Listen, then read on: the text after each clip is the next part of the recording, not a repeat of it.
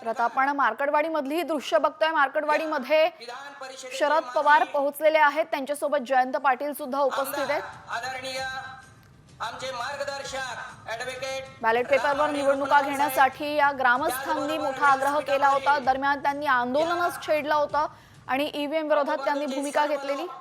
EVM वर खापर फोडलं जातं। मराठी भाषकांच्या महामेळाव्याला महाराष्ट्रातल्या नेत्यांना बंदी घालण्यात आली आहे। बेळगावमध्ये हा महामेळावा होणार आहे आणि महाराष्ट्र एकीकरण समितीने हा महामेळावा घेतलेला आहे। मात्र उद्यापासून सुरू होत असून आजपासून मराठी नेत्यांना महाराष्ट्र नेत्यांना त्या ठिकाणी बंदी आहे। काय वाटते?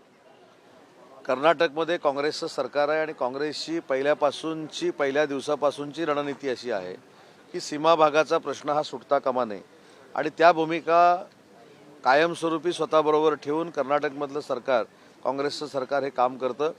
महाराष्ट्र एकीकरण समितीची मागणी काय आहे की सीमा भाग जो आहे तो महाराष्ट्रामध्ये आला पाहिजे। जो सुप्रीम कोर्टामध्ये जे पिटिशन दाखल आहे त्याचा निकाल झाला पाहिजे। त्यासाठी महाराष्ट्राचं सरकार हे सीमा भागातल्या जनतेबरोबर आहे, हे आम्ही अनेक वेळा सांगितलेलं आहे। मी देखील अनेक वेळा सीमा भागामध्ये जाऊन आलेलो आहे आणि अशा पद्धतीची मराठी नेत्यांना जर बंदी घातलेली असेल तर त्याचा मी जाहीरपणाने निषेध करतो। राहुल गांधी सुद्धा मरकडवाडीला जातील अशी शक्यता व्यक्त केली जाते। शरद पवारांसारखे ज्येष्ठ नेते आज त्या ठिकाणी पोहोचलेले आहे। कुठेतरी येत्या काळामध्ये ईव्हीएम विरोधी वातावरण निर्मिती करण्यासाठी म्हणून हे सगळं केलं जात आहे असं वाटतं का? ईव्हीएम विरोधी वातावरण निर्मिती करण्यापेक्षा जे अपयश आलेलं आहे ते अपयश झाकण्यासाठी केलेला हा खटाटोप आहे आणि त्याच्यासाठी हे सगळं खापर ईव्हीएमवर फोडलं जातं आहे।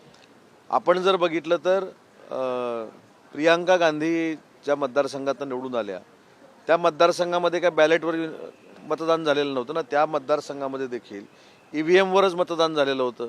मग ते कसं काय चाललं? त्याच्यामुळं मला असं वाटतं की महाराष्ट्रातल्या जनतेनं महाविकास आघाडीला जे पूर्ण नाकारलेलं आहे त्या नाकारल्यानंतर आपण काहीतरी करतोय। आपण जे नाकारले गेलेलो आहे ते ईव्हीएममुळे गेलेलो आहोत असं दाखवण्याचा काही लोकांचा दुर्दैवी प्रयत्न आहे, परंतु जनतेनं नाकारलं हे आजपर्यंत कोण स्वीकारायला तयार नाही। पवारांनी एक महत्त्वाचं स्टेटमेंट केलेलं आहे की इंडिया आघाडीचं नेतृत्व करण्याची क्षमता ममता बॅनर्जीमध्ये आहे, असं काल त्यांनी कोल्हापूरमध्ये महत्त्वाचं विधान केलंय।